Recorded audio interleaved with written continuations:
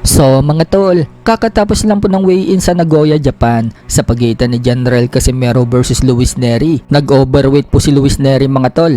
Tumimbang po siya ng 127.2 pounds, sobra ng 3.2 pounds. Habang si General Casimero naman mga tol, nakuha ang tamang timbang. Bumigat po siya ng 123.4 pounds. Pero ganun pa man mga tol, tuloy na tuloy pa rin po ang laban. Partida pa nga mga tol, naka-necklace pa po dyan si Casimero. Huwag din po natin kalimutan mga tol na laban din po dyan si Kenneth Luber versus Michael Angeliti at Vince Paras versus Yokoyama. Haharapin po niya yung hapon na si Yokoyama. At main event naman po sa pagitan ni Masamichi Yabuki versus Rene Calixto para sa IBF Flyweight World Championship at Andrew Moloney versus Willie Baldo Garcia para naman po sa IBF Super Flyweight World Championship.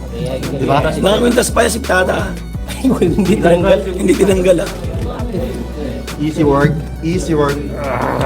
はい、ありがとうございました。それでは、セッションの方も終了。 Samantala, naganap na din po kagabi ang weigh-in ni Filipino middleweight prospect Wiljon Mindoro at makakalaban nitong si Elias Espadas ng Mexico. Bukas na din po ang laban nila mga tol sa Texas, USA. Mauuna ang laban ni Mindoro mga tol sa umaga. Habang ang laban ni Casimero versus Nery, baka sa hapon na yan or gabi. Sa kabilang banda naman mga tol, magandang balita nga po kay top contender super bantamweight Carl James Martin. Matapos po kasi niyang manalo sa laban kay Carlo Domicilio nito lang May 16, kung saan tinapos lang po niya sa loob ng round 3. Bumalik na po si Carl James Martin sa pagiging number 1 rank sa WBO Super Bantam. Matapos po kasi siyang ilagay sa number 2 rank nang isingit itong si Junto Nakatani sa number 1 spot para makalaban ni Nakatani si Inoue. Ngayon, balik number 1 na po itong si Martin. Ibig sabihin lang niyan mga tol, si Martin na po ngayon ang mandatory challenger ni Naoya Inoue sa WBO Super Bantam.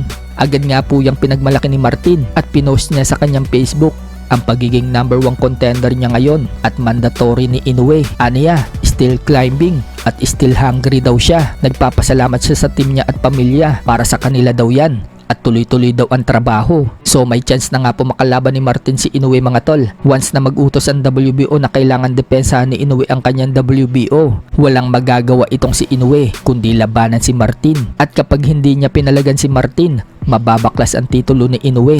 At yan na po ang pagkakataon ni Martin na makalaban siya sa World Championship kalaban ng kapwa niya contender. Samantala, matapos pong talunin ni Carl James Martin itong si Carlo Domicilio, tila nagtinda muna ng ice buko itong si Carlo Domicilio habang wala pang laban.